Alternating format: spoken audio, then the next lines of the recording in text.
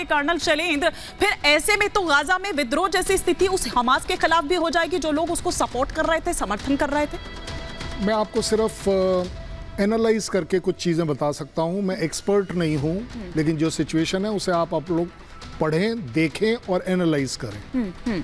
पहले दिन 7 तारीख को 120 लोग एक ही गांव में निहत्थे मारे गए थे।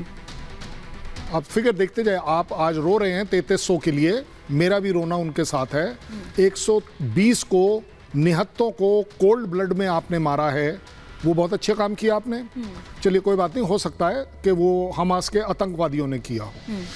आप जो पैलेस्टीनियंस हर जगह उसे सेलिब्रेट कर रहे थे, क्या आप उसका पार्ट नहीं है? आप कभी कह पाएंगे कि नहीं, किसी एक ने भी डिनाउंस नहीं किया? ये जो फिगर्स की बात आप कर रहे हैं ना, मैंने आपको मेरे ख्याल कल या परसों भी बोला था, this is just a count, और ये काउंट चलता रहेगा, बढ़ता रहेगा। आपको अगर आज अपने 3300 दिख रहे हैं तो वो 1600 इजरायली के नहीं दिख रहे हैं? जो शुरुआत के 40 बच्चे आपने मारे हैं, निहत्ते बच्चे, बिलखते बच्चे, नादान बच्चे, टॉडलर्स, पैदा हुए बच्चे, वो आपको नहीं दिख रहे हैं? 100 औरतों के साथ आपने जो बर्बरता करी है वो आपको नहीं दिख रही? 3300 दिख गए।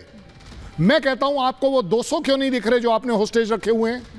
देखिए, अगर मापदंड रखे मानवता का तो दोनों तरफ बराबर रखना चाहिए और उसी से एनालाइज करना चाहिए। आज हम जैसे बात कर रहे हैं कि जी वो किसने उस हॉस्पिटल में मारा, आपको अब याद आ रहा है कि हॉस्पिटल में किसने मारा।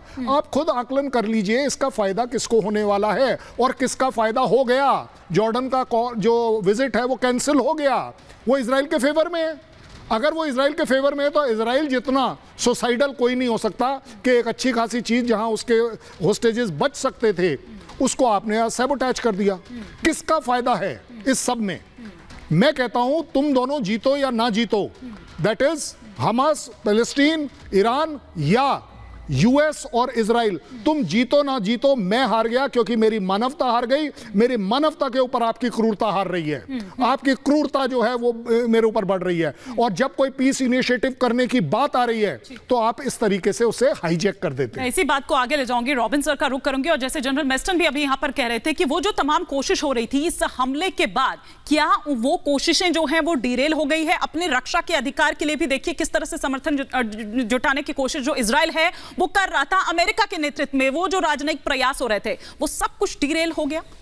जी हाँ, एक्चुअली अमंग्स अदर्स इस समय जो इमीडिएट है, इसके अलावा जो पैलेस्टाइन का मुद्दा है उसको दुनिया समझती है और उसका अब सीरियस हो रहा है कि कुछ चलिए देखते हैं क्या कर सकते हैं।